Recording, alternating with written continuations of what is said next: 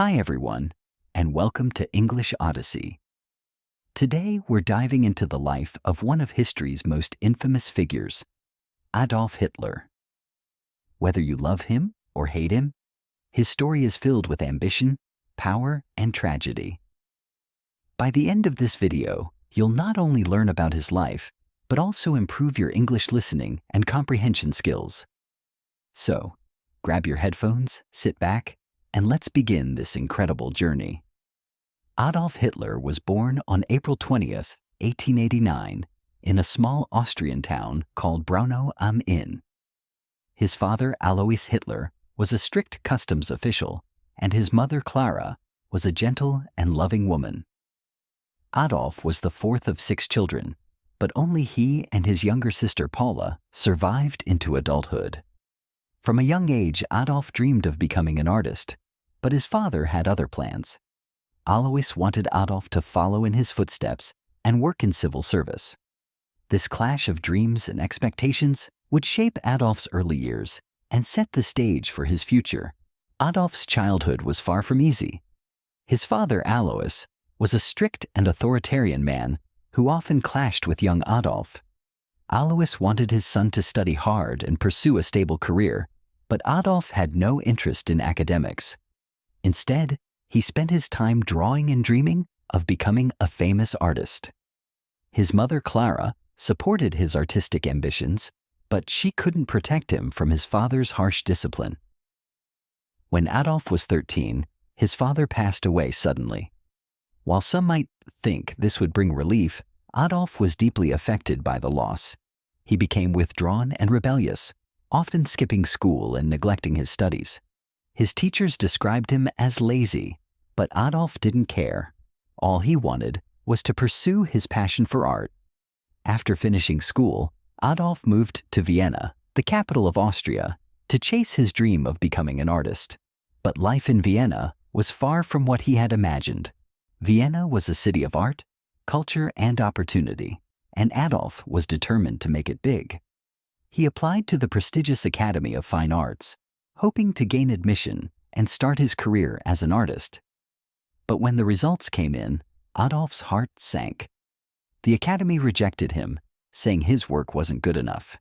This rejection was a devastating blow to Adolf, who had pinned all his hopes on becoming a successful artist.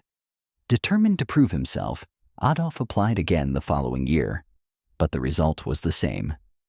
Rejected and humiliated, Adolf struggled to make ends meet in Vienna. He lived in tiny, dirty rooms and sometimes slept on the streets. To survive, he painted postcards and sold them to tourists, but it was a meager living. During this time, Adolf's mother passed away, leaving him completely alone. It was in these dark days that Adolf began to develop his political views, blaming others for his failures, and embracing ideas of nationalism and anti-Semitism.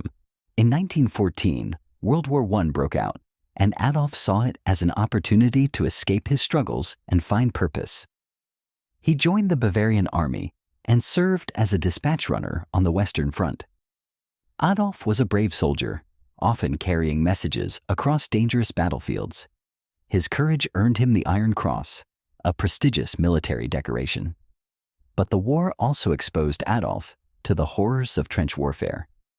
He witnessed the suffering and death of countless soldiers and became increasingly disillusioned. When Germany lost the war in 1918, Adolf was furious. He believed that Germany had been betrayed by politicians and Jews, whom he blamed for the country's defeat. This sense of betrayal and anger would shape Adolf's future and drive his political ambitions. After the war, Adolf returned to Munich, where he became involved in right-wing political groups. In 1919, he joined the German Workers' Party, a small nationalist group. Adolf quickly rose through the ranks, thanks to his powerful speeches and charismatic personality. He transformed the party into the National Socialist German Workers' Party, or Nazi Party, and adopted the swastika as its symbol. Adolf's message of national renewal and his promise to restore Germany's pride resonated with many Germans who were struggling after the war. By the early 1920s, the Nazi Party had grown into a significant political force, and Adolf Hitler was its undisputed leader, but his rise to power was just beginning. In 1923, Adolf attempted to seize power in Germany through a coup known as the Beer Hall Putsch. The coup failed and Adolf was arrested and put on trial for treason. But instead of being the end of his career, the trial became a platform for Adolf to spread his political message. He was sentenced to 5 years in prison, but served only 9 months. During his time in prison, Adolf wrote Mein Kampf, My Struggle, a book that outlined his political ideology. In it, he expressed his belief in the superiority of the Aryan race, his hatred of Jews, and his desire to expand Germany's territory. The book became a bestseller and helped spread Adolf's ideas to a wider audience. After his release, Adolf worked to rebuild the Nazi Party and prepare for a legal path to power. Throughout the late 1920s and early 1930s, Adolf and the Nazi Party continued to grow in popularity. The Great Depression caused widespread economic hardship in Germany, and many people turned to extremist parties for solutions. Adolf's promises to restore Germany's economy and national pride resonated with millions. In 1933, Adolf was appointed Chancellor of Germany. Once in power, he moved quickly to consolidate his control.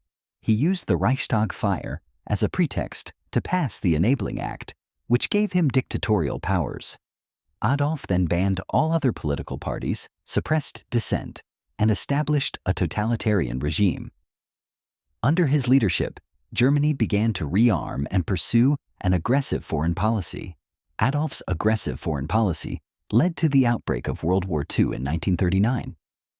Germany quickly conquered much of Europe, but Adolf's decision to invade the Soviet Union in 1941 marked a turning point in the war.